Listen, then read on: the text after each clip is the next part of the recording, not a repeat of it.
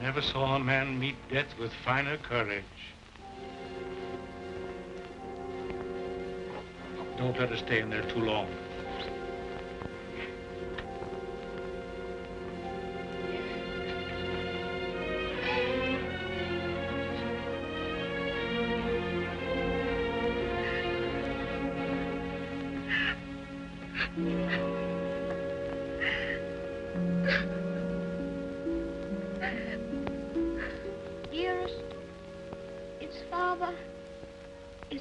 Well now? Yes, dear. He's well. He's quite well. But we have no one left now but each other. No one at all. My baby.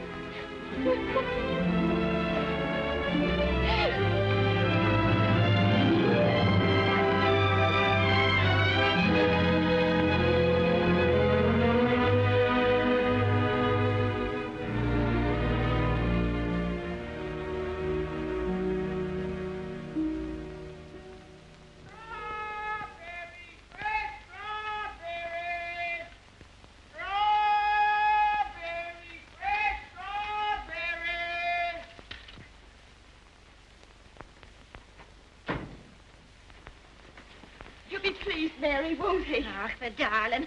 To think of him getting the like of that for his birthday. Sure, he'll be the happiest boy in all Brooklyn till he falls off of it. Yeah.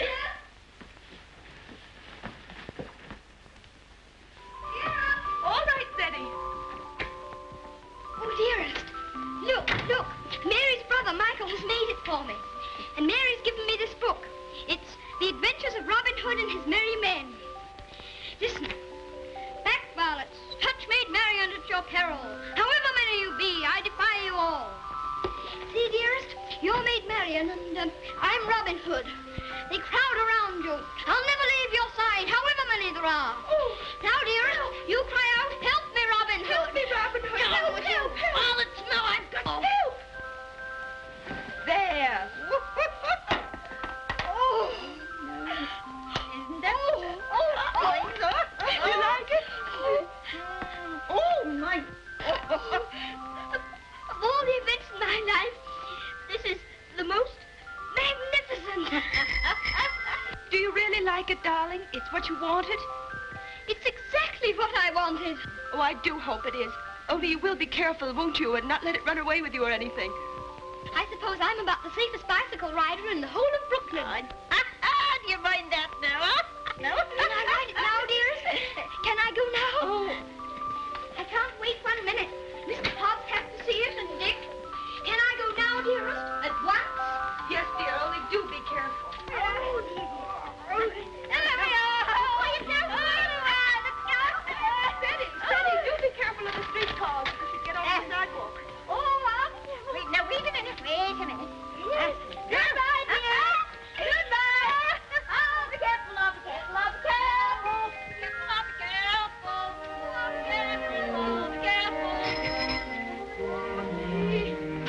Good morning, Mrs. McGillicuddy.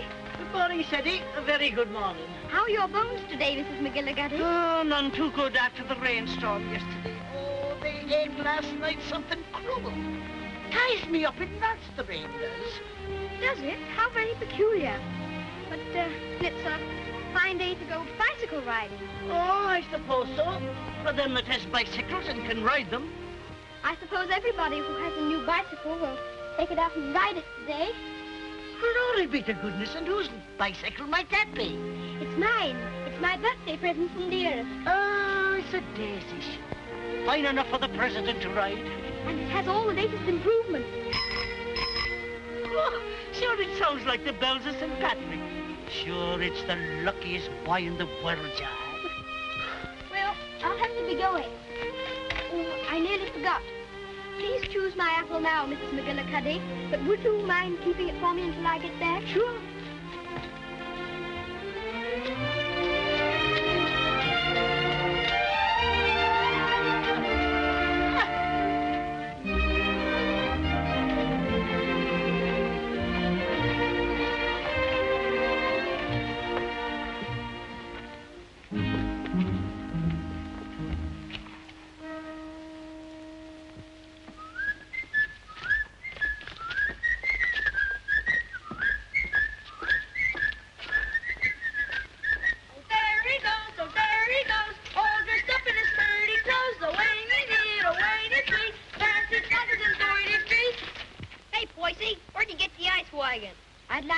righty. Give us a little ride, will you, Bub? I'm sorry, no. Oh, scared I'll get it dirty? No, but I'd rather ride it myself. Oh, Hey, English, when'd you get back from dear old London? I'm not English. I'm an American. Now, where'd you get that kind of gab? My father was English, if it's any of your affair. Oh, does your mother know you're out? Don't you dare talk about my mother. Mama said, Mama said, Mama said. I think you'd better take your hand off that wheel. Want to make anything out of it? I want to make you get out of the way. You don't dast, you sissy cat. Sissy cat! Wait a minute, Cedie. Don't let him bluff you. I'll be right there.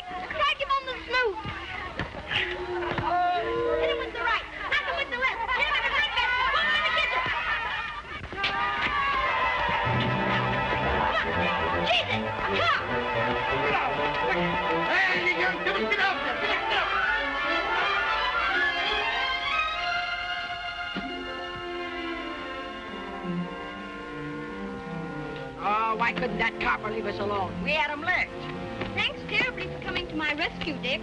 Oh, Nix, that makes us even for me giving you the mumps. They didn't even scratch it. Gee willikers, where'd you swipe that? The Earth gave it to me. Isn't it magnificent? It's a lollapalooza. I want you to be the very first person to ride on it. Oh, thanks.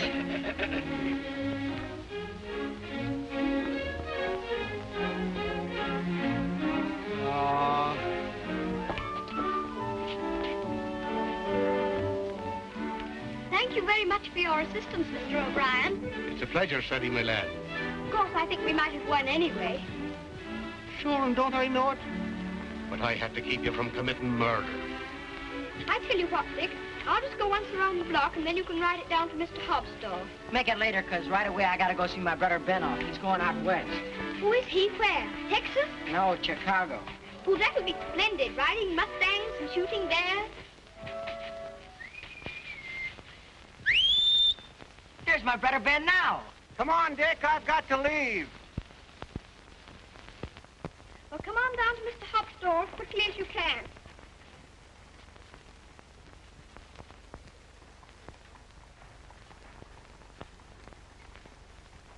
What do you say to a little birthday party? Ginger pop and cookies and some candy. That would be perfect, Mr. Hobbs. Only, Only?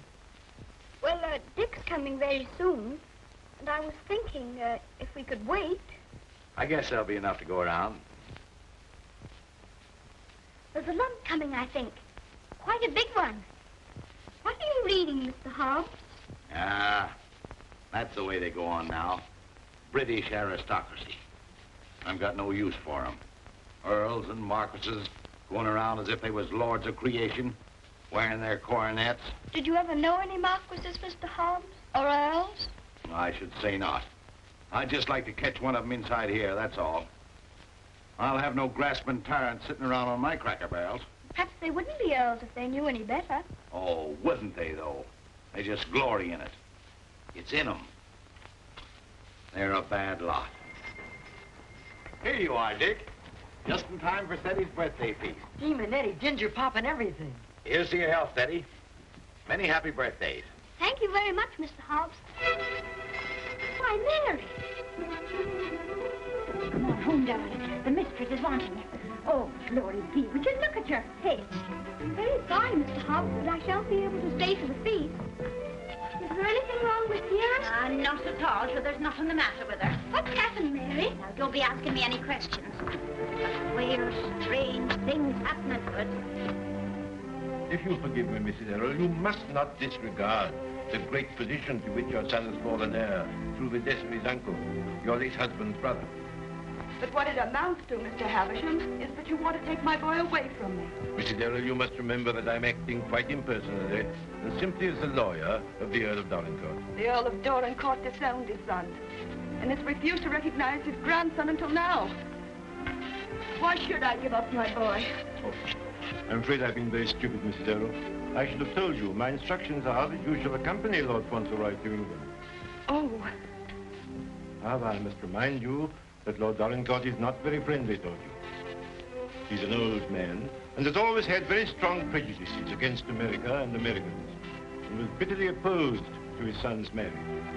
He's fixed in his determination not to see you. You live at the lodge, and a suitable income will be provided for you. The only stipulation is that you make no attempt to visit your son at the castle, nor even enter the park gates. There's your sister, Mary. Hello, Bridget. Why, what's the matter? Mrs. Michael, it's worse. There's no money and we can't pay the rent. I don't know what I'm going to do about the children. I'll let you not be bothering me now, Bridget. I've more important things to attend to.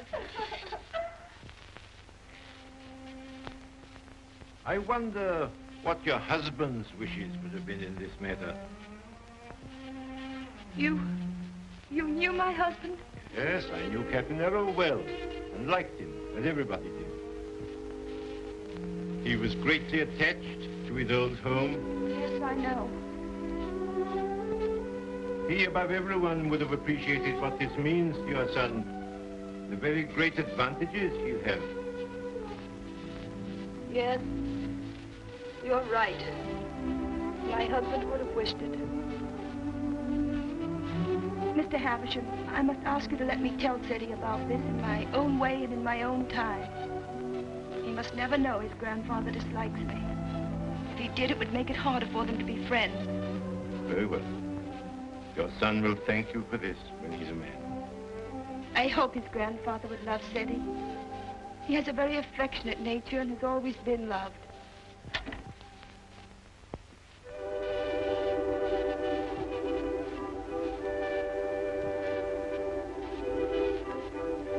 This is Mr. Havisham, dear, whom your grandfather has sent to see us, all the way from England. How do you do, sir? So this is little Lord Fauntleroy.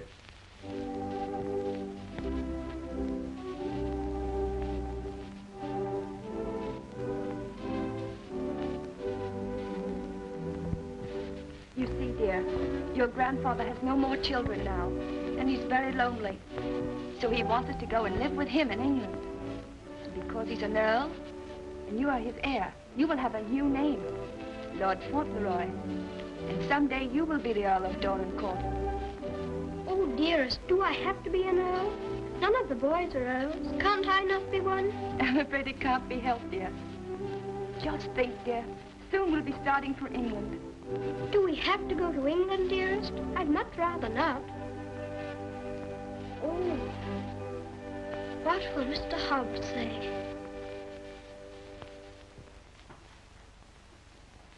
Anything else, ma'am? How much is your table butter? 13 cents a pound, ma'am. 13. Why, the last I bought was only 12.5 cents. That must have been last month. It's 13 today. Oh, indeed. Well, never mind the butter. Heavens and earth, if prices go any higher, we'll all starve to death. Nay. Good day, ma'am. Hello, Cedie. What's the matter? Mr. Hobbs, do you remember what we were talking about yesterday morning? It seems to me we was talking about England. Yes, and earls, don't you remember? Oh, yes. We did touch them up a little. That's all. You said you wouldn't have them sitting around on your cracker barrels. So I did. And I meant it, too. Just let them try it, that's all.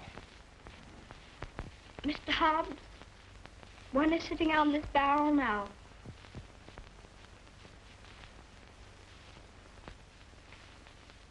What? Yes, I am one. Or I'm going to be. I won't deceive you, Mr. Hobbs. It's the heat.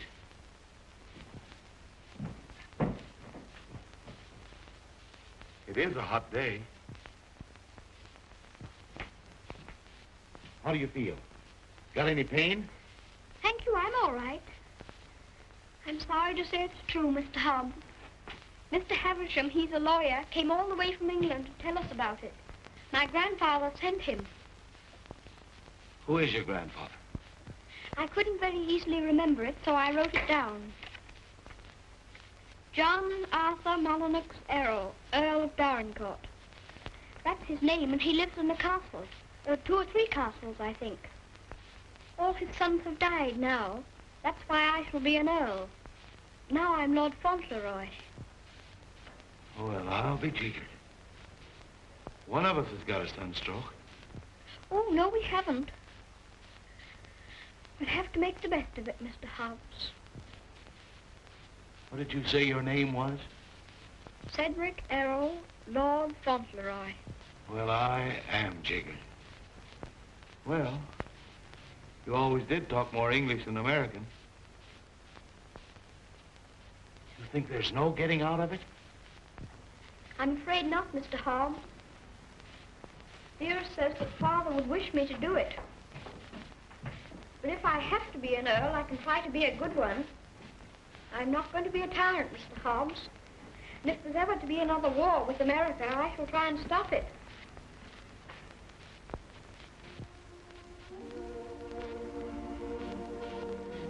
England's a long way off, isn't it? It's across the Atlantic Ocean. That's the worst of it. Perhaps I shan't see you for a long time. I don't like to think about that, Mr. Hobbs. Well, the best of friends must part.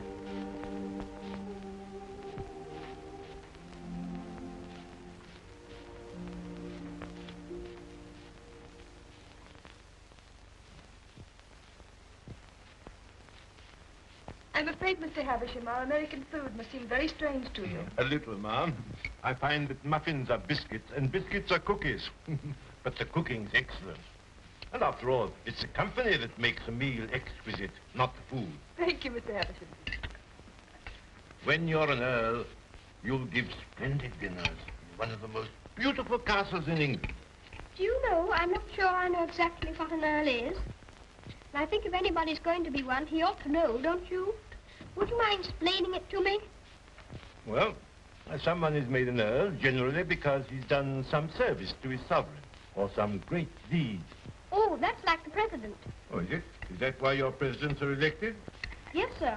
When a man is very good and knows a great deal, he's elected president. Then they have torchlight processions, and bands, and everybody makes speeches. I used to think perhaps I might like to be president, but I never thought of being an earl. No, being an earl is rather different from being a president. An earl is generally of very ancient lineage. What's that? Very old family. Extremely old. Oh, that's like the apple woman. 100, I should think. She's of such ancient lineage, it'll surprise you how she can stand up. And the rain makes it worse. The first Earl of Dorincourt was created an earl hundreds of years ago. Well, that was a long time ago, wasn't it, dear? Many earls have been very brave men and have fought in great battles. I should like to do that myself. My father was a soldier and a very brave man, as brave as George Washington. I'm glad earls are brave. That's a great fountain. Would you excuse me a moment, please? There's someone I must see. Oh, certainly, of course.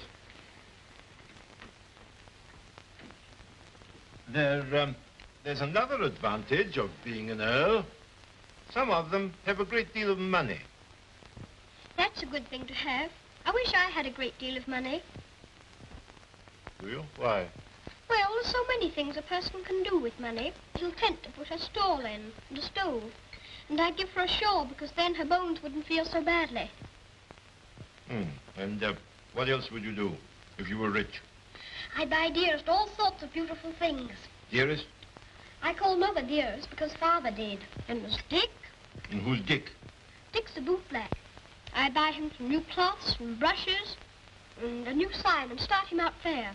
He says that's all he wants, is to start out fair. Is there anything else? Well, I think Mr. Hobbs would like a gold watch and chain. But what would you get just for yourself if you were rich? Isn't there one particular thing you've dreamed of having? Yes. A pony. But I suppose that would be too much to even dream about. I'm so sorry. A poor woman who was in trouble came to see me. Oh, is it Bridget? Yes, dear. I wish we could do something for her. She has 6 children, and her husband is out of work.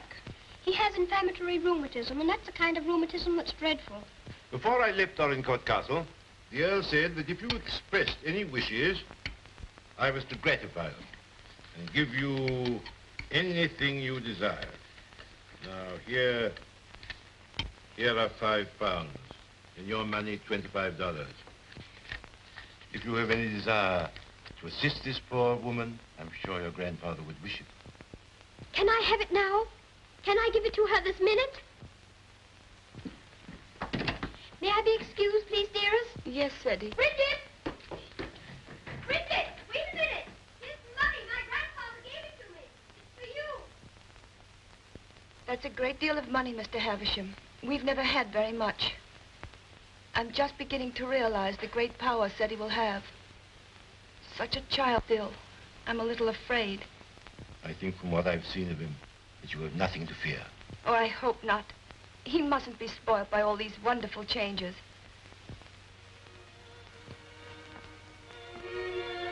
She cried. She said she was crying for joy. I never saw anyone cry for joy before. My grandfather must be a very good man. It's more agreeable being an earl than I thought it was going to be. In fact, I'm almost quite glad I'm going to be one.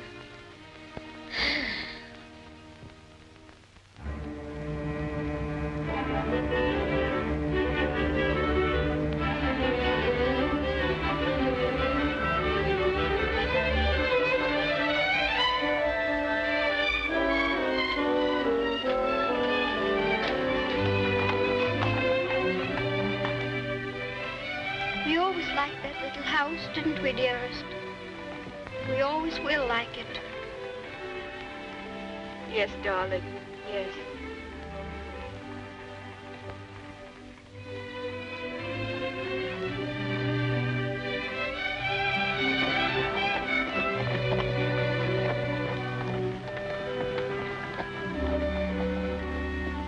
I've come to say goodbye.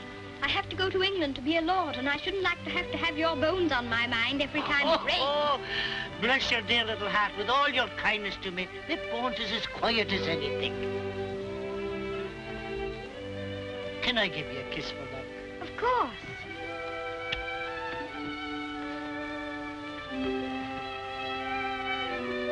Here's an apple to eat on the boat. Thank you very much. Oh, no, darling. Why should you pay? As me late husband used to say, this one's on the house. Thank you again. Well, goodbye. Goodbye, darling.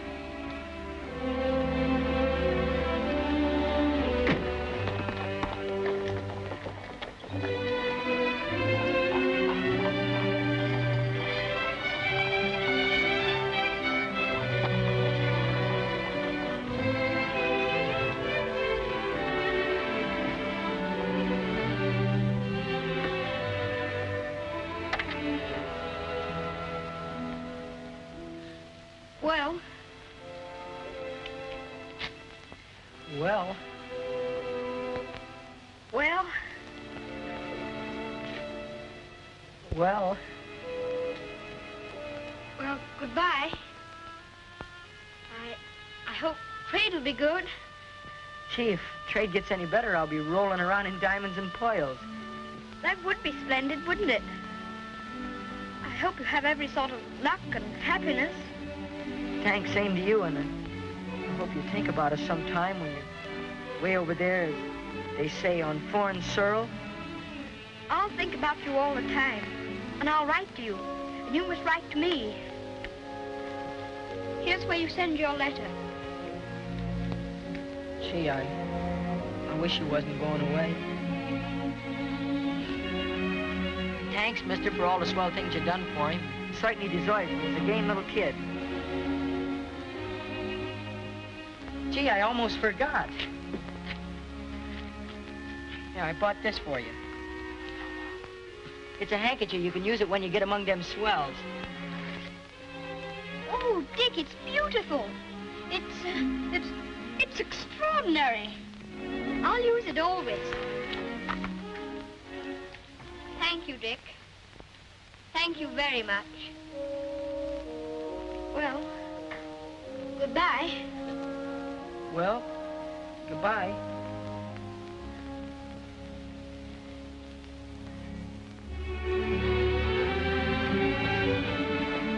Would you mind very much not going in with me?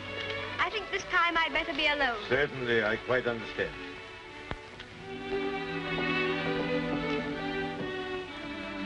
This is for you, Mr. Hobbs.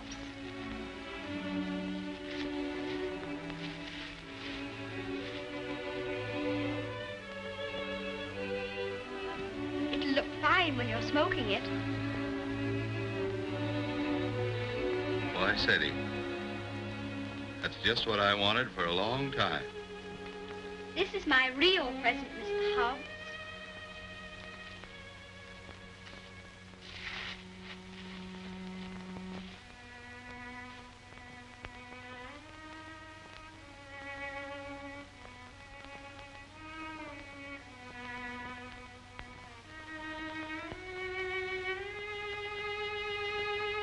Something written on it, inside the case. I told the man what to say. You read it.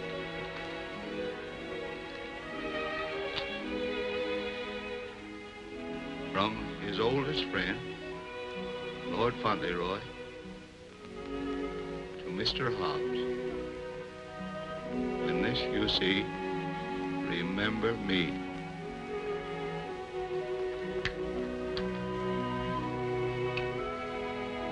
When this you see, remember me. I don't want you to forget me. Oh, I won't forget you. Don't you go and forget me when you go over there amongst those British aristocracy. I shouldn't forget you, whoever I was among. I hope you'll come to see me. Perhaps my grandfather will write and invite you. You wouldn't mind him being an earl, would you? I mean, you wouldn't stay away just because he was one. Oh, I'll come and see you. I won't be able to help myself.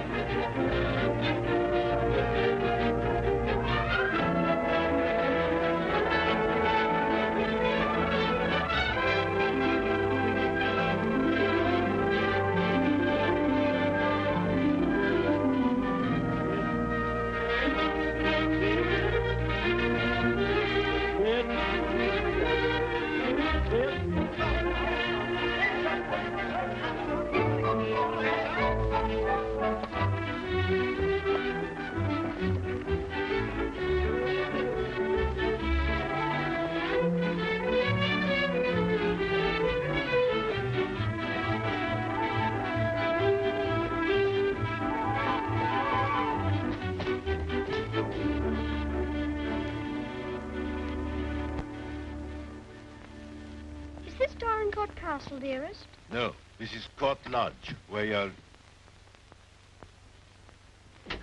Here's Mary. We had a splendid time in London, Mary. I'm so glad you came before us, Mary. We don't feel so strange finding you here to welcome us. Ah, sure, 'tis a great happiness I wish you, Ma'am, in your lovely new home. This is Mrs. Baines, the cook, Ma'am, and that's Susan, the parlour maid. I'm sure we'll do everything, ma'am, to make you comfortable. Oh, I'm sure you will.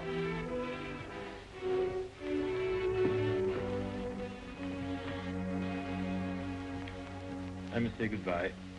The carriage is waiting to take me to the castle. I must tell the Earl of your safe arrival. He needn't go tonight. I'd so like to have him with me my first night here. No, I'm sure Dorincourt won't expect his grandson tonight. Tomorrow will be time enough. I dread so to tell him that we're not going to live together anymore. I'm a coward, I know, putting it off so long, but it's the most difficult, the most cruel thing I've ever had to do.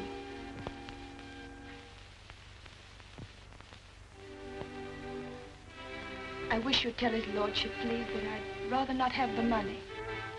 You mean the income he wishes to settle on? I have a little money of my own. It's quite enough to live simply on. I must accept the house, of course, because that makes it possible for me to be near Cedie. I'm grateful to him for that, but... He'll be very angry. He won't understand it at all. I think he will understand. He must understand that I can't accept money from a man who hates me so much that he's separating me from my boy.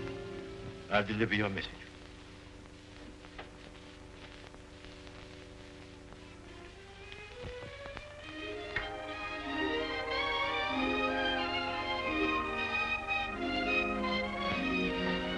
I think it's beautiful here. Don't you, dearest?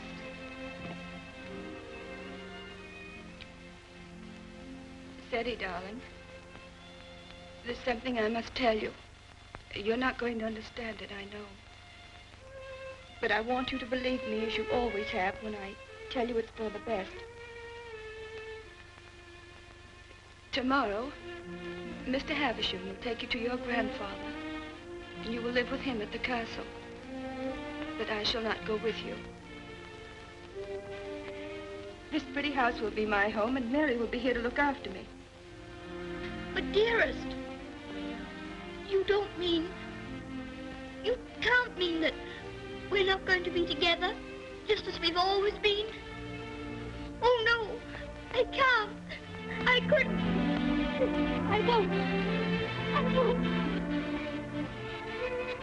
Cedie, you must be brave and sensible. If there are some things you can't understand now, you'll understand them later. It's best for you to live there. There are good reasons why it is. You mean you want me to go away from you? Of course not, darling. But now you're growing older, and we must trust, help one another without asking any questions. You know, Cedie, your grandfather loves you, wants you to love him. He's so kind, he wants you to be happy and to make other people happy. But, dearest, I can't be happy without you. But you won't be without me all the time. I'm not far from the castle here. You'll run in and see me every day.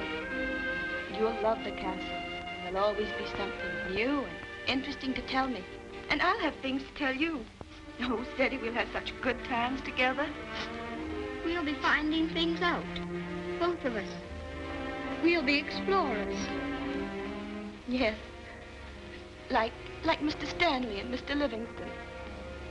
That'll be exciting.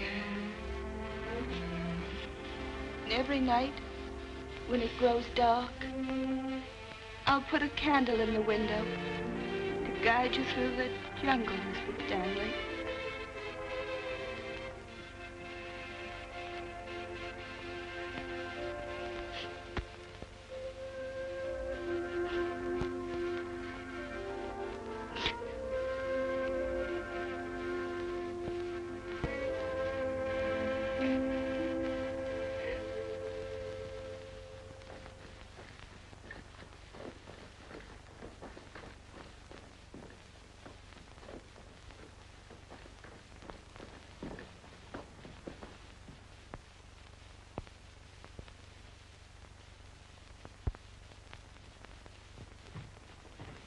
Ah, Newick, how's his lordship? Oh, he's in a rare mood this evening, he is. He told me to evict all the tenants if they weren't paid up. Oh, I dare say that'll be a job to your liking.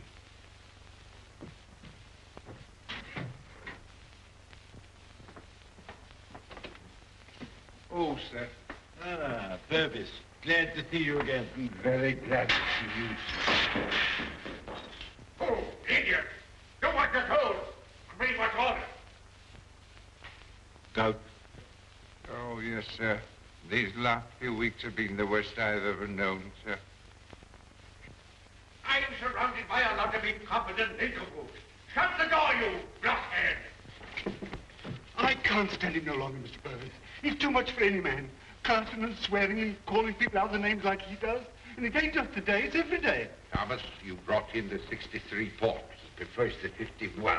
Oh, I to know he didn't say. Fix the other bottle. What business you got drinking port anyway in this condition? I can't feed and house every lady lout in the parish, and I won't. You and your poor. I've had enough of them. But, my lord. Mr. Mordaunt is with him, sir. I said all I had to say, and now I say good night. Good day, my lord. Good day. Oh, how'd you do, Mr. Havisham? Mr. Mordaunt. Mr. Havisham, my lord.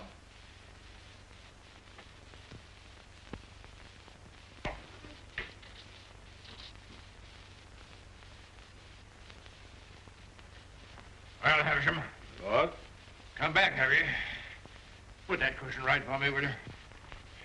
I careful.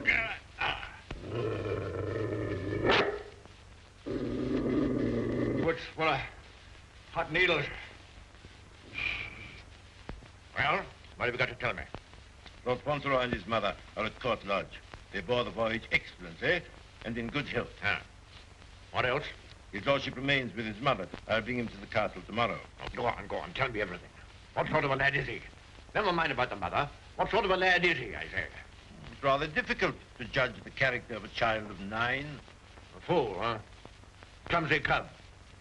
I don't know much about children, but I thought him rather a fine lad. Healthy, well grown, eh?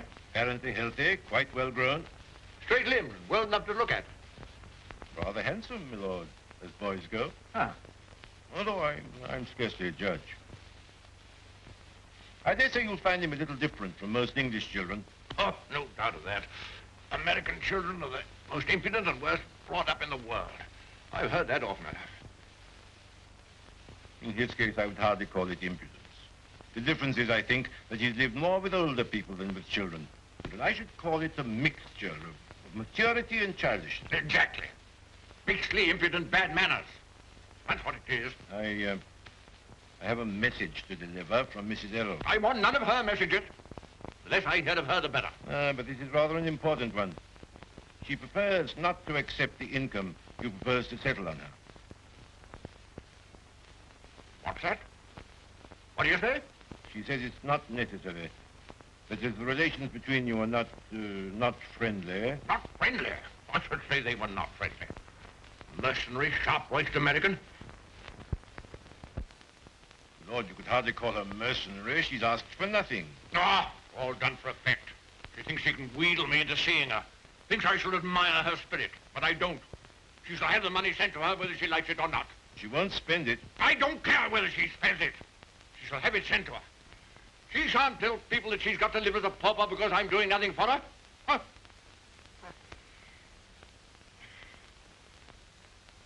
I suppose she's poisoning the boy's mind against me, too. No. I have another message that will prove to you she's not done that. I won't care.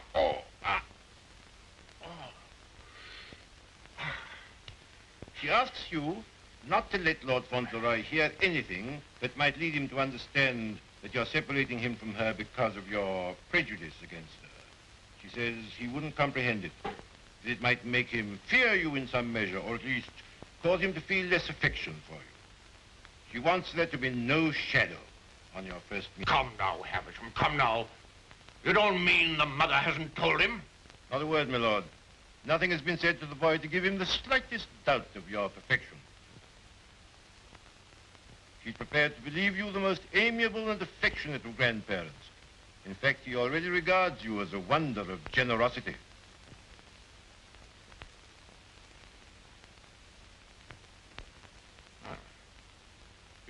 Huh? I would suggest, my lord, that Fauntleroy's impressions of you depend entirely upon yourself. I make a further suggestion, that you'll succeed better with him if you take care not to speak slightingly to him of his mother. The boy's only 9. Nevertheless, those 9 years have been spent at his mother's side. She has all his affection.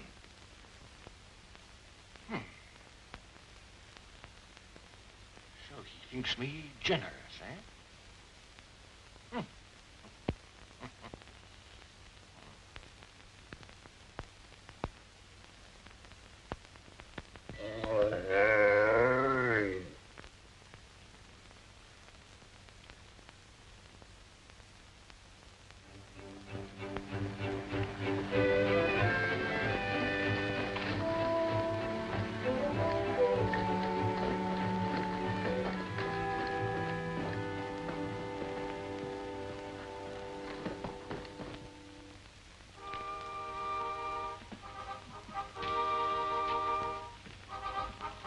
Service, this is Lord Fauntleroy.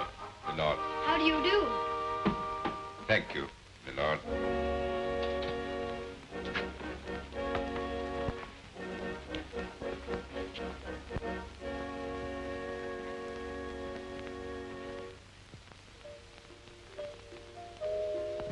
My lord.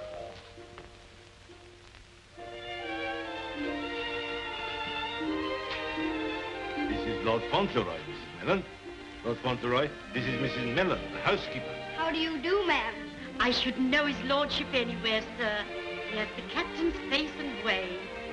Oh, was it you who sent the cat? I'm ever so much obliged to you, ma'am. How do you do? He's a great day, this, sir.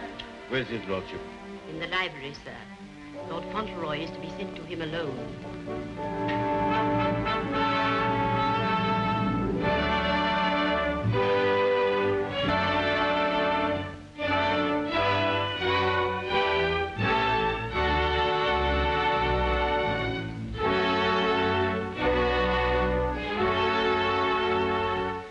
Lord Fauntleroy, my lord.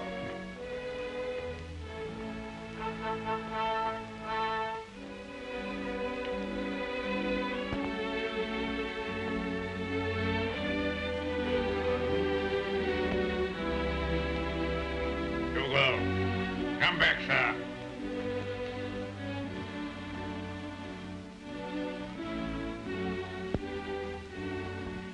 How do you do, sir?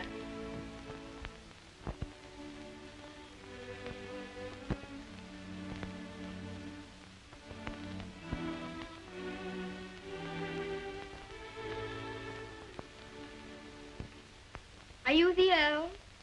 I'm your grandson that Mr. Havisham brought. I'm Lord Fauntleroy.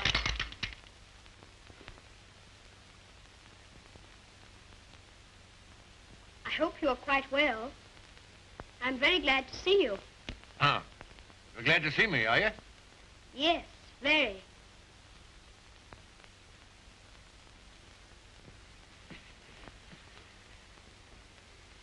I kept wondering what you would look like if you'd be anything like my father. Oh, and am I? Well, I don't think you are, very. You're disappointed, I suppose. Oh, no. Of course you would enjoy the way your grandfather looked, even as kind to him as you've been. Oh, so I've been kind to you, have I? Yes. I'm ever so much obliged to you about Bridget and the apple woman and Dick. Bridget, Dick, apple woman? They were particular friends of mine. You know, they were the ones you gave me all that money for. The money you told Mr. Havisham to give me if I wanted it. Oh, the money you were to spend as you liked, eh?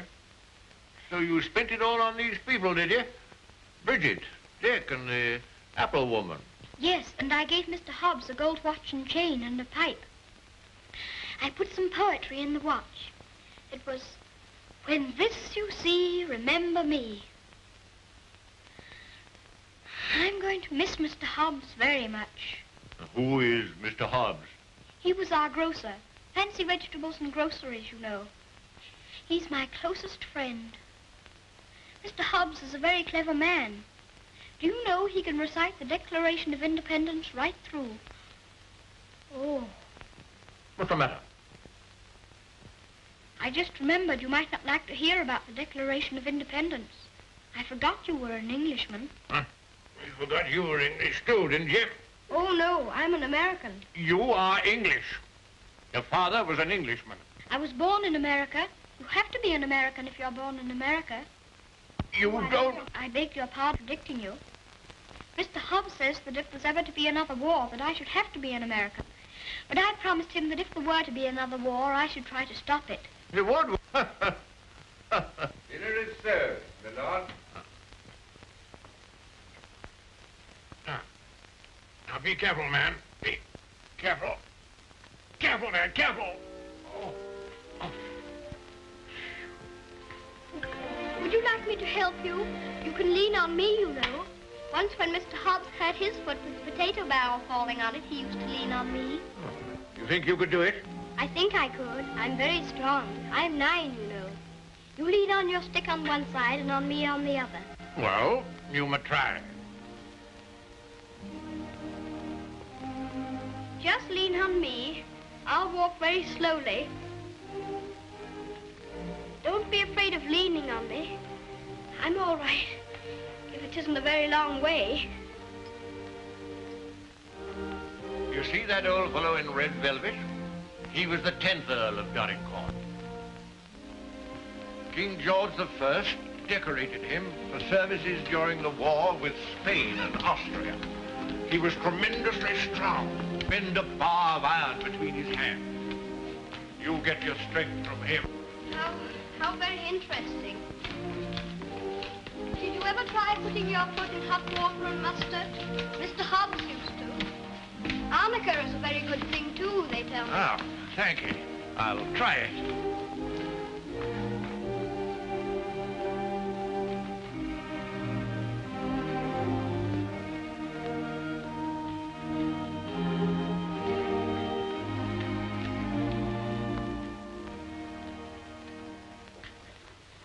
It is warm, isn't it?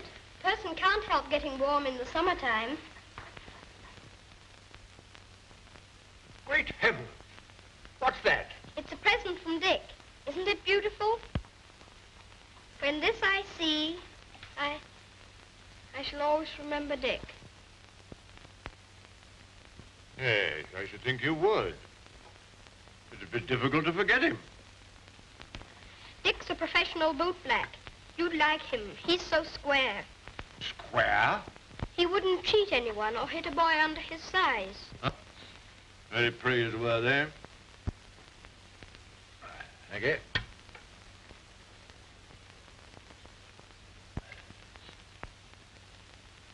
What's the matter? Don't you like your soup? Oh, yes. I was just wondering. Wondering? Wondering what? You don't wear your coronet all the time, then? No. It doesn't become me. Mr. Hobbs said you wore it all the time. But after he thought it over, he said he thought you must take it off sometimes to put your hat on.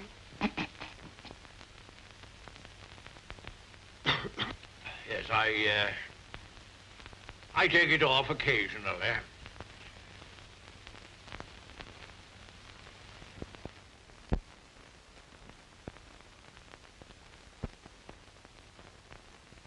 You must be very proud of your house. I never saw anything so beautiful. But it's a very big house for just 2 people to live in, isn't it? Oh? You think it's too large? Well, I was only thinking that if 2 people lived in it who are not very good companions, they might get a little lonely sometimes. Thank you. Do you think I shall make a good companion? Yes, I think you will. I think you should be almost as interesting as Mr. Hobbs. Huh. Mr. Hobbs and I were very great friends. He was the best friend I had, except...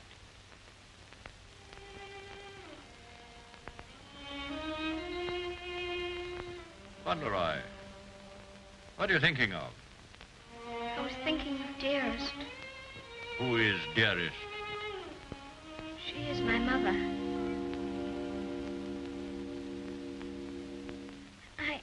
I think I'd better get up and walk up and down.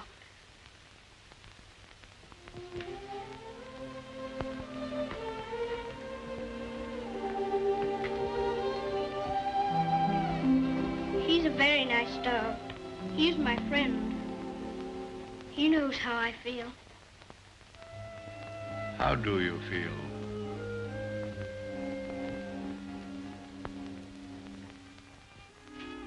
Come here.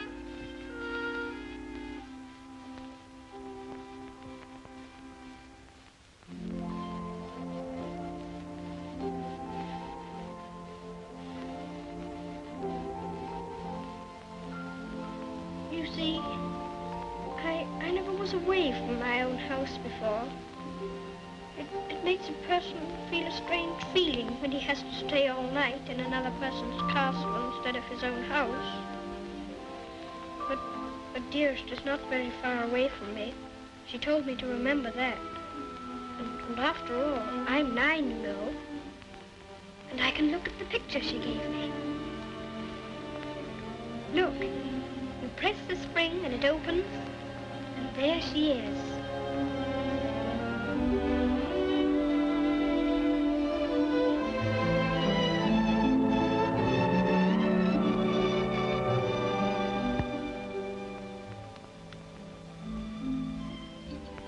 I suppose you think you're very fond of her.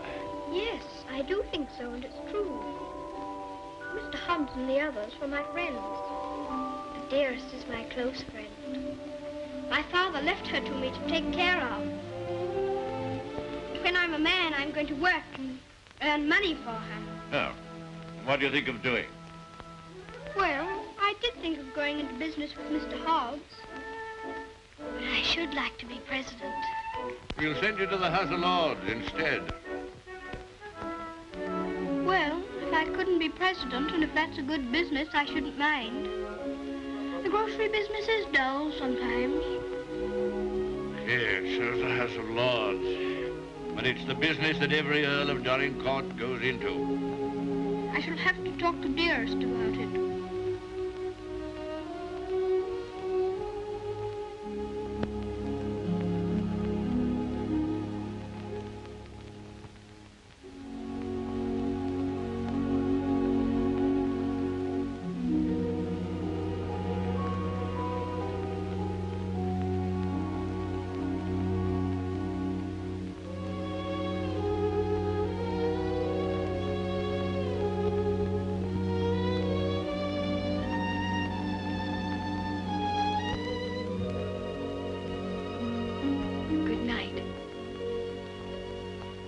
Keep you all the night. Morning, Thomas. Good morning, sir. His lordship? In the library, sir. And such goings-on I never heard in all my life. Do you think it'd be all right for me to see him? Oh, yes, sir. He's expecting you.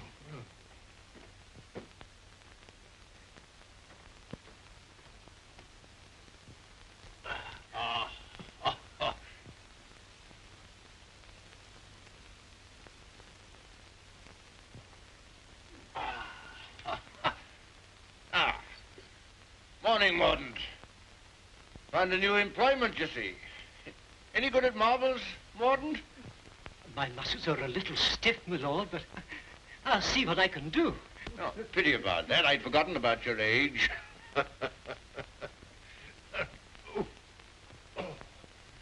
This is the new Lord Fauntleroy. Fauntleroy, this is Mr. Mordaunt, rector of the parish. I'm very glad to make your acquaintance, sir. I'm delighted to make your acquaintance, Lord Fauntleroy. Well, what is it this morning, Mordaunt? Who's in trouble now? It's one of your tenants, my lord. Higgins of Edge Farm. York has told him that if he doesn't pay the rent, he must leave the place. He's a bad tenant. Always behind, York tells me. He's devoted to his wife and children. If the farm is taken from him, they may literally starve. That's like Michael. Huh? I forgot we had a philanthropist here. Come here. What would you do in this case? Well, if I were very rich, I should let him stay and give him things for his children. Nonsense. You're Lord Fauntleroy. Time you learn to deal with these situations. You can write, can't you? Yes, but not very well. Well, go over to the desk and write Newick his orders.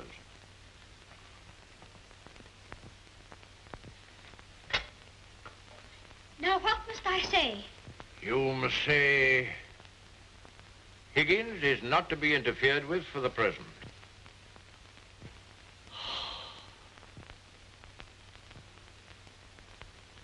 And sign it Fauntleroy.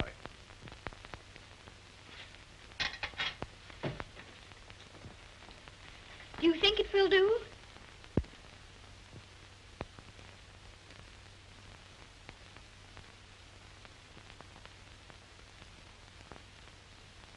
Yes. Higgins will find it entirely satisfactory. Mr. Hobbs always signed his letters that way, and I thought I'd better say please. Is that exactly the right way to spell interfered? Well, it's not exactly the way it's spelled in the dictionary, but... I was afraid of that. Yes, Higgins won't complain of the spelling. I think you must be the best person in the whole world. Don't you, Mr. Mordaunt? I shall write and tell Mr. Hobbs. Oh, what'll you tell him? I shall tell him I think you're the kindest man I ever heard of, and that you're always thinking of other people and making them happy. And that I hope when I grow up I shall be just like you. Just like me. There you are, Morden. Take that with you. I will indeed. This is good news. Thank you, my lord. Oh, don't thank me. Thank Fauntleroy. Thank you. Goodbye, sir. Goodbye.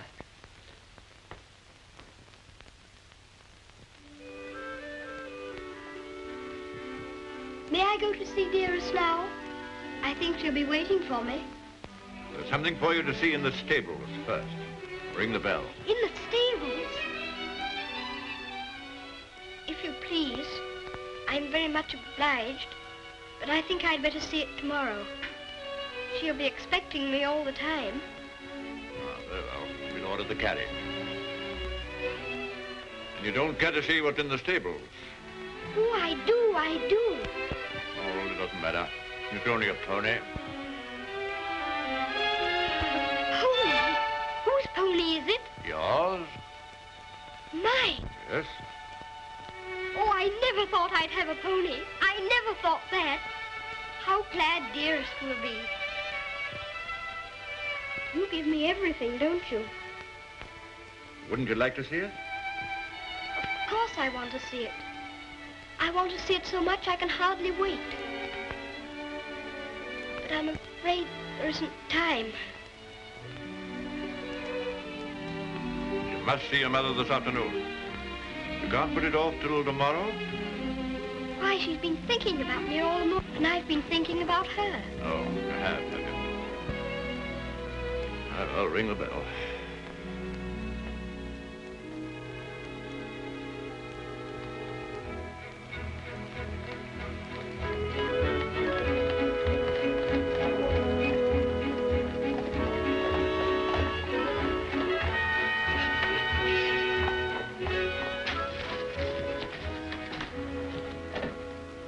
Let me give you your stick. Just lean on me when you get out. I'm not going to get out.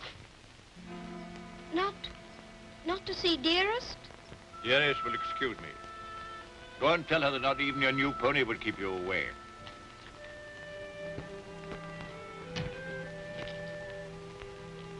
She'll be disappointed. She'll want to see very much. I'm afraid not. The carriage will call for you as we come back. Drive on, Jeffries.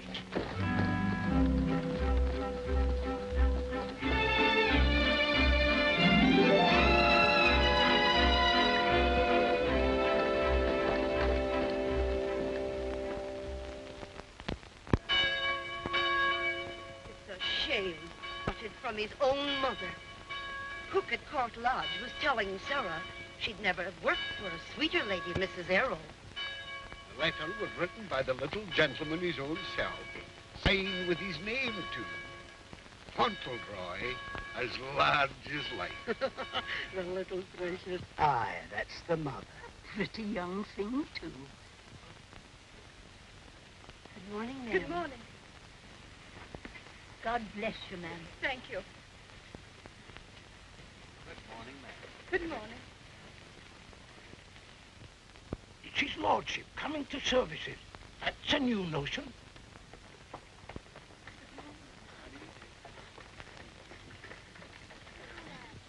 They say even his gout's improving. Look at the young lord. He's Captain Cedric all over again. He's the captain's self of a life. How glad the people are to see you. Take off your hat, why they're bowing to you. To me? How do you do? Good morning, Lord. God bless your lordship. Long life to you. Thank you. Morning, Lord.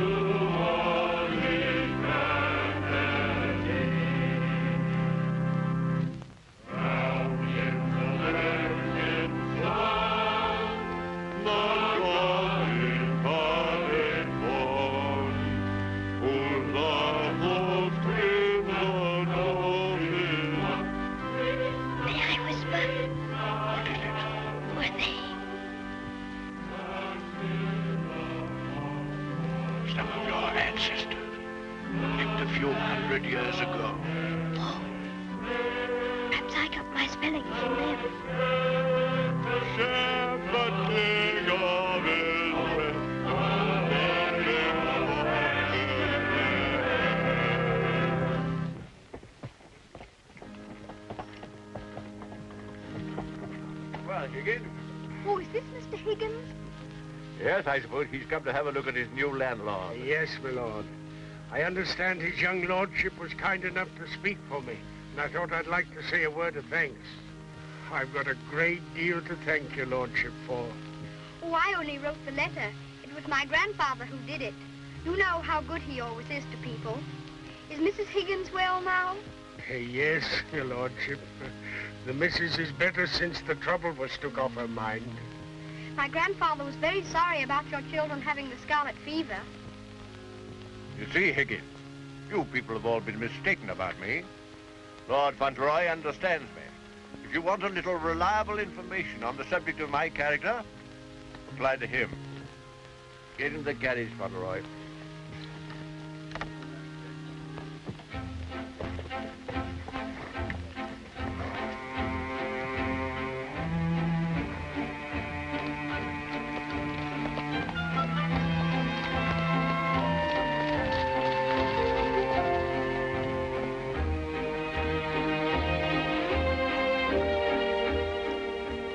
Your mother very much?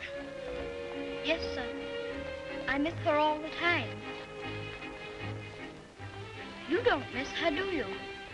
I don't know her.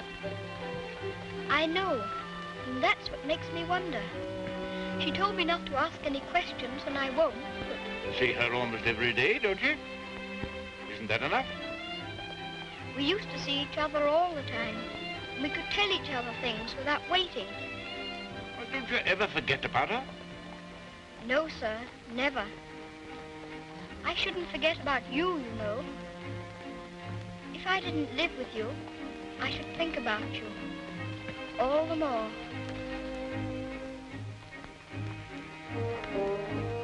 On my word, I believe you would.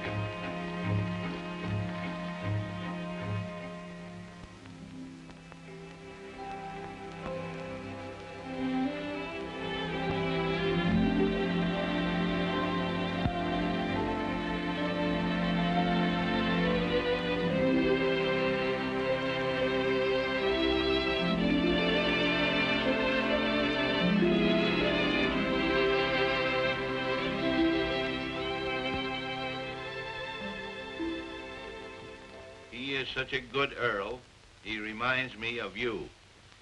He is a universal favorite. Well, reminds me of you. Think of that now. He's known this Earl only a little while, and we was lifetime acquaintances. I don't know as I want him to be reminded of me by this Earl. They've been using influence on him, I bet you. You're right. They got twisty ways, those aristocrats. They'd wheedle their little finger around your heart as soon as look at you. All for their own purposes, mind. It's a pity they're making an oil out of him. Yeah. He would have been a shining light in the grocer business. A shining light. Do you know any particulars about that stuff like castles and oils? No, not much. Except they're haughty and mean. Sure is a Jim Dandy letter he wrote. Almost as good as seeing him. Only it ain't, of course. Oh, he was a plum daisy of a kid. I bet you sometimes he wishes he was back here. I do. You lonely? Oh, not so bad. Where you living now? Oh, me and two other fellas, we got a room in a lodging house. The other two fellas, they get drunk and fighting, but it's cheap. Oh, that's no sort of a place for a lad like you to be living. Now, look here. I got a clean, dry loft over my stable, and there's an old bed you can have. Why don't you come here and stay? Won't cost you a cent. Gee, do you mean that, Mr. Hobbs? Well, certainly I do. Yahoo! Gee, Mr. Hobbs, talking about oils, you ain't no oil, you're a prince. Oh, sure.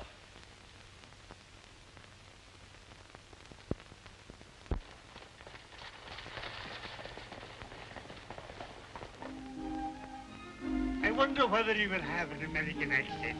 My dear, won't it be interesting if he has the Dolincourt eyebrows? When do we see the mother? Shh. I believe she's supposed to be kept in the background.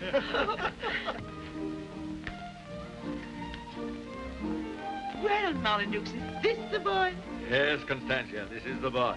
Fauntleroy, this is your great aunt, Lady Lorridale. How do you do, great aunt? How do you do, young man? You're like your father. I loved him more than most people in this wicked world. Oh, did you know my father? Know him? Of course I do. Oh, then you must meet Dearest. She will enormously like to talk to you about him. You see, I was the only one she could talk about him to who knew him. And I was so small when he... Yes, Fauntleroy, this is your great uncle, Sir Harry Lorridale. How do you do, sir? Here you're fond of horses. I'll confess to you, Constantia, that what you'll probably see for yourself. There's a risk of my becoming rather an old fool about him. Becoming? By the way, the mother, what does she think of you? I don't know. I haven't asked her. You must come over to Lorridale Park one day and see us. There's some new cocker puppies in the kennels. You shall have your pick. Oh, thank you very much indeed, Uncle. Only Dougal might be offended. You see, he's very fond of me, and I really shouldn't like to hurt his feelings. Hurt his feelings. That's a good one. Did you hear that, Connor? Hurt his feelings. This is Miss Herbert, Fauntleroy. I want you to be great friends with her. How do you do? Have you met Dougal? He shakes hands beautifully. Shake hands with Miss Herbert, Dougal. He's a great friend of mine. I like making friends, don't you? Yes, I do. May I be your friend? And Dougal? Oh, yes, if you please. Okay, Lumbago, Fortescue. Better, I hope. Thanks. Much better. I've known Dorincourt as well as anyone could know him for 35 years. And that's the first time he's ever bothered to inquire about my health. Most extraordinary. Havisham, you're late. What's kept you? Beg your pardon, my lord. I was detained by extraordinary news. News? What? What news? Not now, if you don't mind. Later, my lord, later.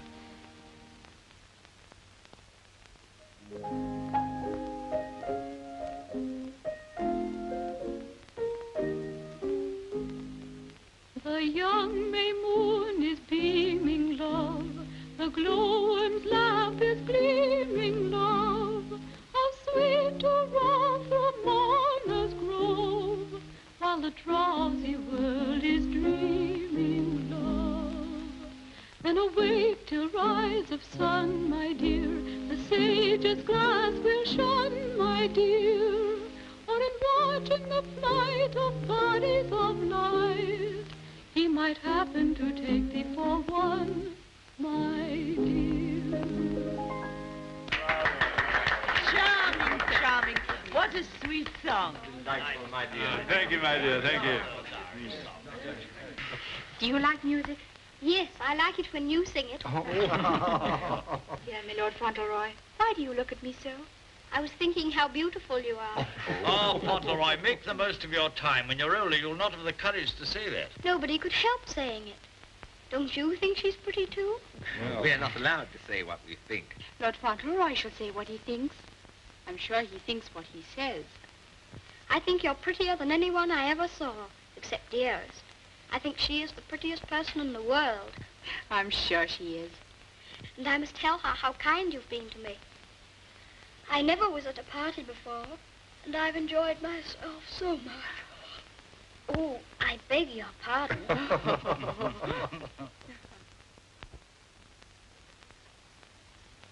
Good night, little Lord Fauntleroy. Sleep well. Thank you very much.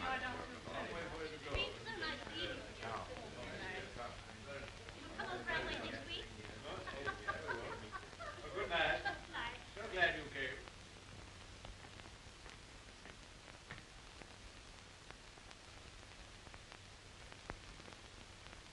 Well, Havisham, what the world's the matter? Something serious must have happened to make you behave like this. What is it? It's bad news. The very worst of news, my lord.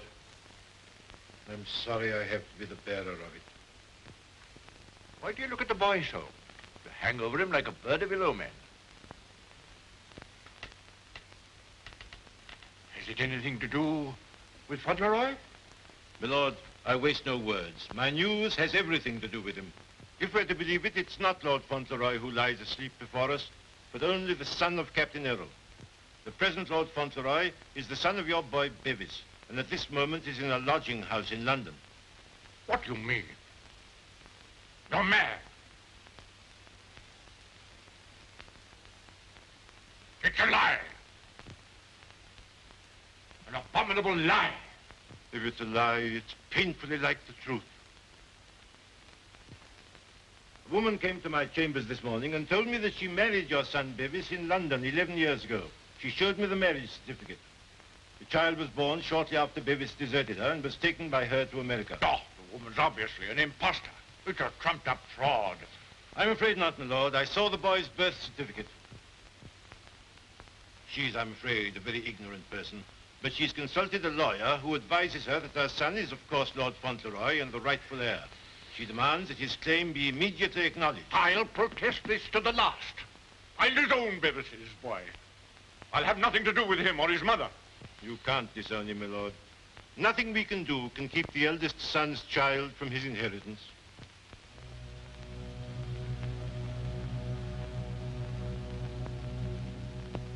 The woman you say is an ignorant, vulgar person, eh? She can hardly spell her own name. She's obviously uneducated and openly mercenary. And I objected to his mother. I suppose it's retribution. If anyone had ever told me I could be fond of a child, I wouldn't have believed them. I always detested children.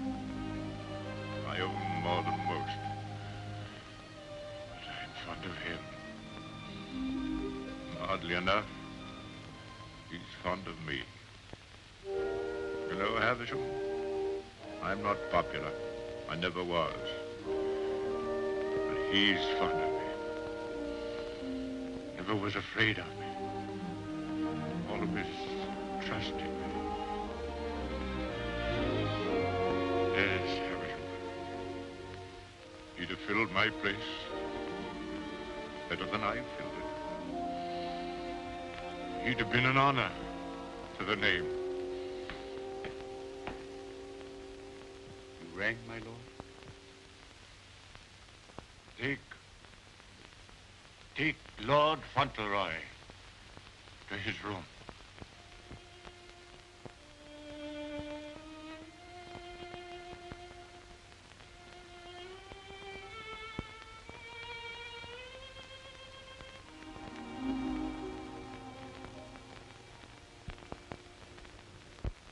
What a pity. The boy's a thoroughbred if ever there was one. I suppose you may say it's a judgment on Molyneux. But that boy, the first human being he ever loved. Will Molyneux take the case to the courts, do you think? Can't tell, he's obstinate enough. Courts are the devil. You go in with your best suit, buckles on your shoes, and come out as nature made you. Bless my soul, Constantia. Whoever would have dreamed that I'd have felt sorry for the old boy? I wouldn't have minded our having a boy like that, Harry. Yes. Bit of luck for us, old girl, if we had. Huh? I'll tell you one thing. If his little lordship loses his title, the village loses the best friend it has. Aye, that's right. And I'll tell you another thing. It'll drive the Earl mad if this goes wrong for him. Why, he's been so proud of the boy, you'd hardly believe it if you knew him for what he was before. And the new one's no lady, that's sure. Bold-faced thing, that's what she is. The dark-eyed, brazen-faced wench. Is the Earl coming now with Mr. Avisham?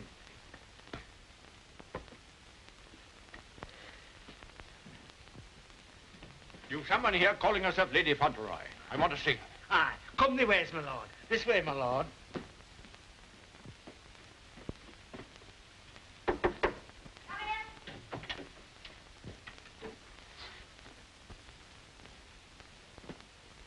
Earl of Dorincourt.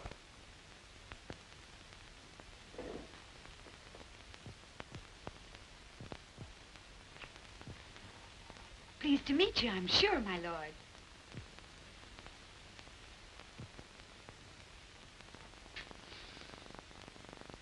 Bevis?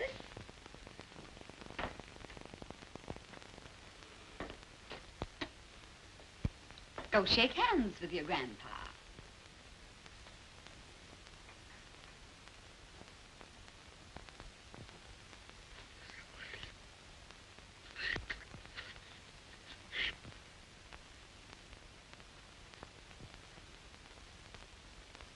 So that's the way you're going to treat your grandson, is it?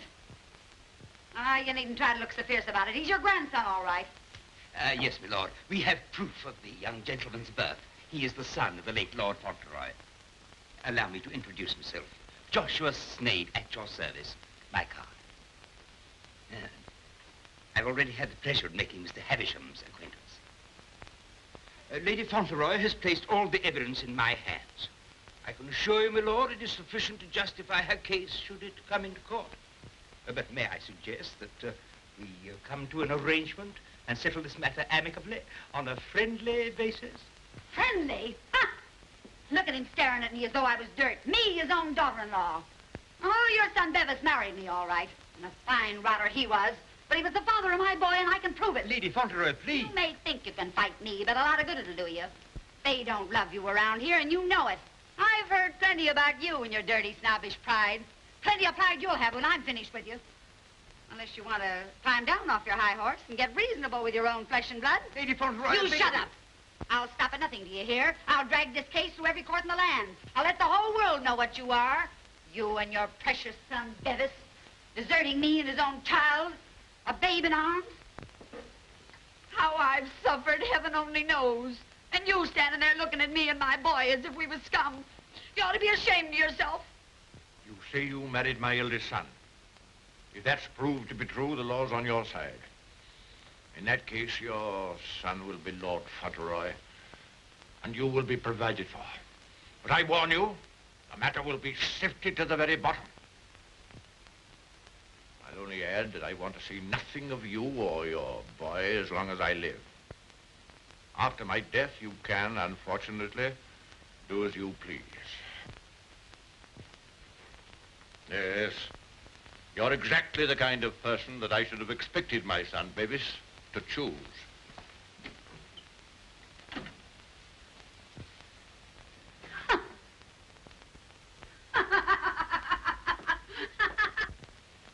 I'm afraid, Dorincourt, there can be no two opinions. At least that's how I see it. You agree, Semple? Yes, I'm afraid we can see it no other way. But it's monstrous. That woman, that boy, are utterly unfit. Alas, the law can take no cognizance of such things. I sympathize, Dorincourt, more than I can say. Sympathize? What's the use of that? If we take it to the courts, you think there can be only one result? I'm afraid so. The birth certificate, everything we have, point the same way. If you take it to court, you'll have the expense and the notoriety, and only, I fear, one possible result. Perhaps the boy won't turn out so badly as you fear. Perhaps you can do something with him. That boy? That oaf?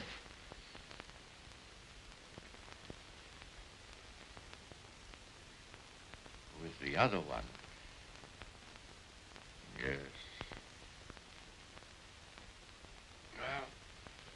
Well, I have no other course but to accept your judgment. Come, Havisham. Thank you, Lord. And you, Mr. Semple.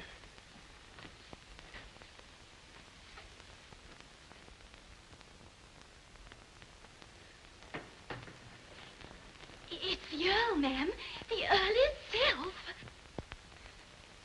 Show him in.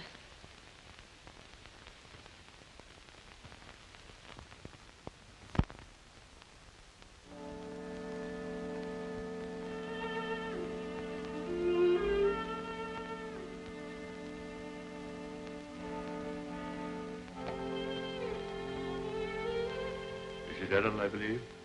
Yes, I'm Mrs. Errol. I'm Lord Dorincourt.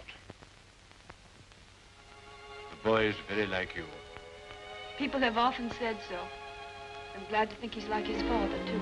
Yes, he is. Like my son. Won't you sit down? Thank you.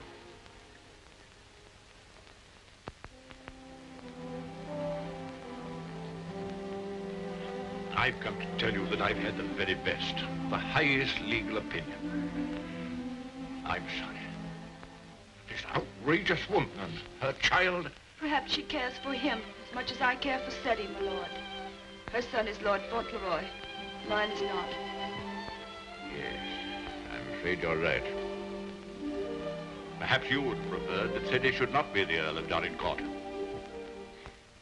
It's a very magnificent thing to be the Earl of Dorincourt, my lord. I know that. But all I care about is that Cedie should be what his father was.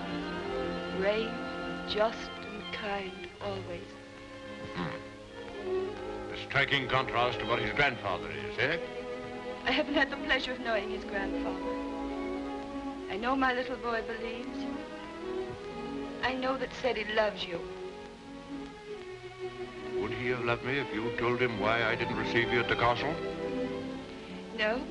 Honestly, I think not. That's why I didn't wish him to know.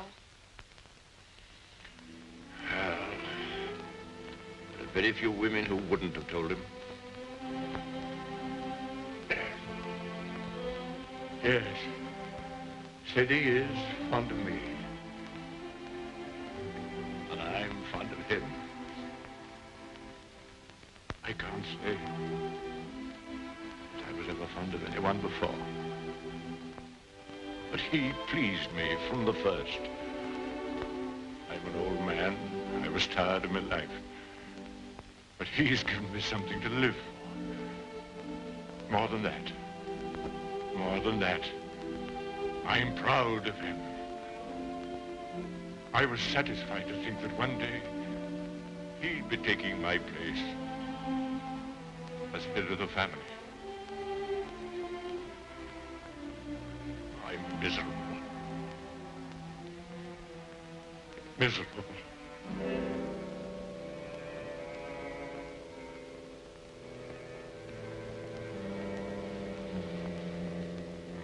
Much trouble, you must be tired. And you need all your strength. Thank you.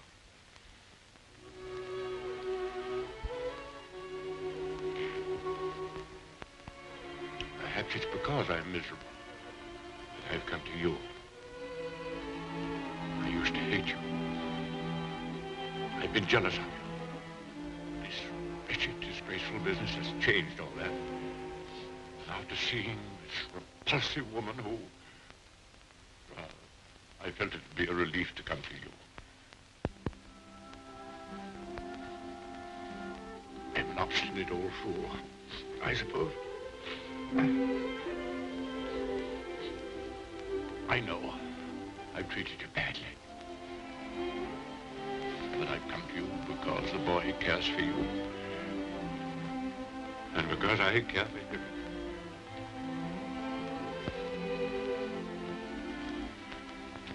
Treat me as well as you can. For the boy's sake.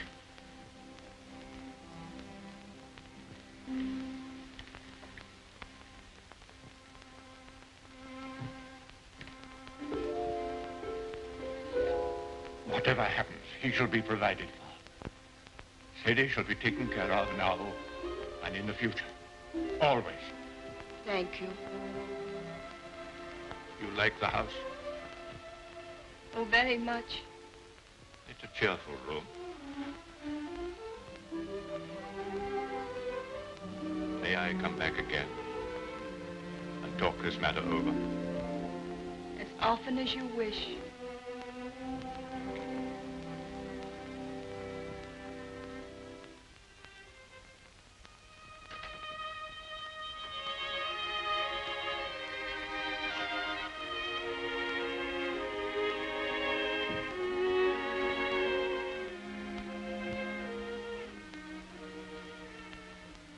Bad news, haven't you?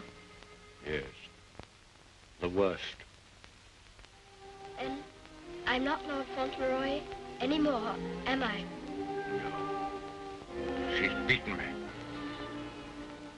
Then the other boy, he will have to be your boy now, won't he? Like I was? No. He'll have to live in the castle if he's Lord Fauntleroy, won't he? Common little brat shall never enter this place in my lifetime. I'll take care of that. Then I can still be your boy, even if I'm not going to be the Earl, just like I was before. My boy. Yes, you'll be my boy as long as I live. And by Jove, sometimes I think you're the only boy I've ever had. Then I don't care about the Earl part at all. I thought, you see, that the one that was going to be the Earl had to be your boy. That I couldn't be. I shall never take anything from you that I can hold for you. Come what may, you shall have all that I can give. All. And dearest, will her house be taken away from her? No. You can take nothing from her. Nothing from either of you. Come. Time to go to sleep.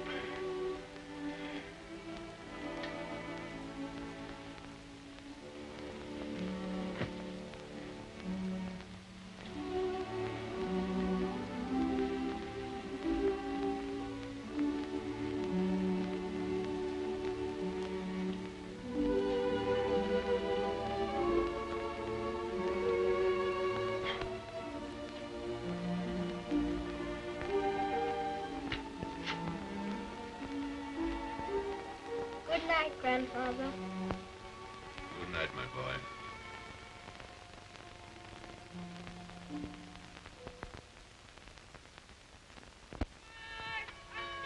The aged Earl remains secluded in his castle and refuses to have any communication with the rightful heir. Oh, we know that stuff. They've been printing that for the past weeks. Is there anything new about Cedie? Yes, here it says, the prospects do not look very bright for the false claimant, Cedric Earl of Brooklyn. Well, I'm jiggered. At last they've succeeded in robbing him out of being an earl. I thought you was against oils. So I am. Ain't it just like him? Cheating the poor kid out of his rightful estates? Now, what's going to become of him? Well, I know one thing. He done everything in a will for me, and he can always come back here and have half of my shoe shining business. Well, now, I'll tell you, Dick. I'd always had it in my mind that Cedie would come in with me someday. He'd be a shining light in the grocer business. The new Lady Fauntleroy was formerly an actress. She is said to have played in New York and London. Continued on page 5. Here's a picture of her.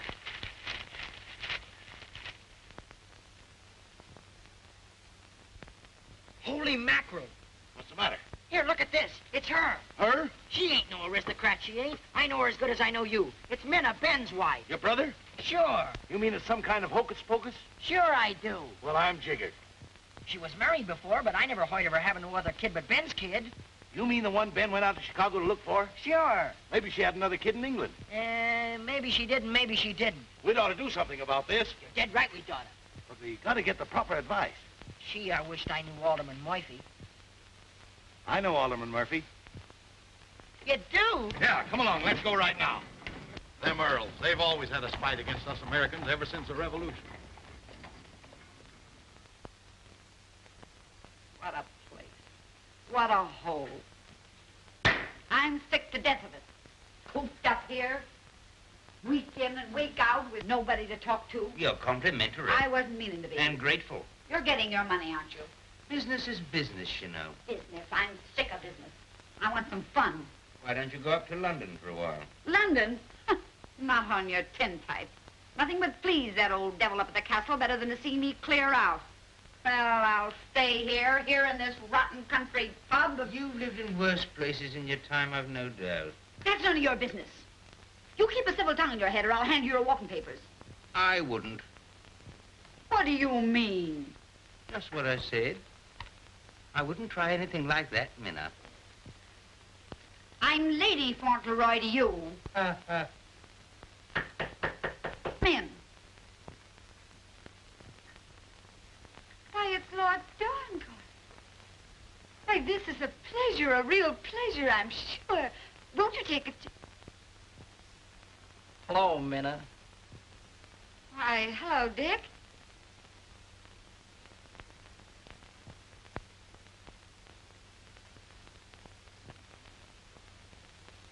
Hi, Ben. What are you doing here? Where have you been all this time? Do you know her? Funny if he didn't, seeing as how he was my second husband. Where is the child? What child? You know what child, our boy Tom. Oh, Ben. But you know, you must have heard. Someone must have told you. Told me what? It was pneumonia. Only 3 days and he was gone. It broke my heart. I meant to write you, but I didn't know where you were. If that's true, who is this boy you've got with you? That's none of your business, Ben Tipton. Can I see him? No, you can't. Tell us, please, why Mr. Tipton should not see your boy. Oh, hello, Uncle Dick. Well, I'll be jiggered. Mom, you shut up. You're a dirty pair, you are. Coming all this way to spy on me, trying to do me hurt. I'll have the law on you for the way you're hounding me. You... Silence! Come here, Tom.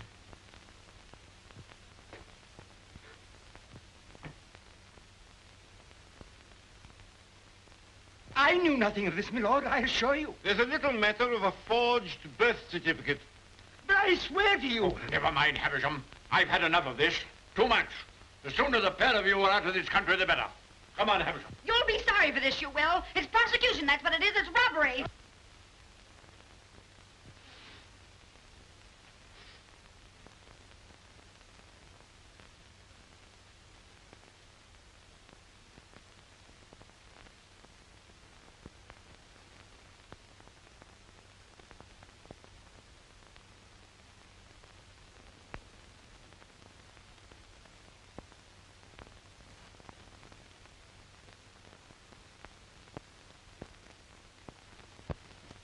This will be somewhat in the manner of a museum, my lord? Well, not exactly a museum, Mr. Hobbs.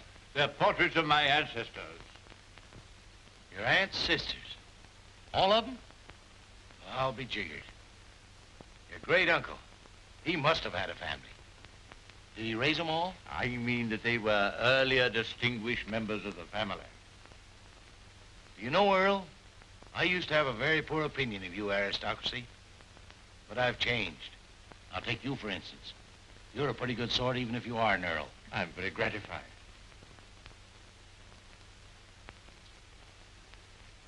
A bit gay, wasn't he? Yes, that's why I have the gout, Mr. Hobbs. Oh. And they was all Earls. And Cedie's going to be one. And own all this. And he'll be worthy of it, Mr. Hobbs. Sure he will. All these Earls. You know, I wouldn't have minded being one myself.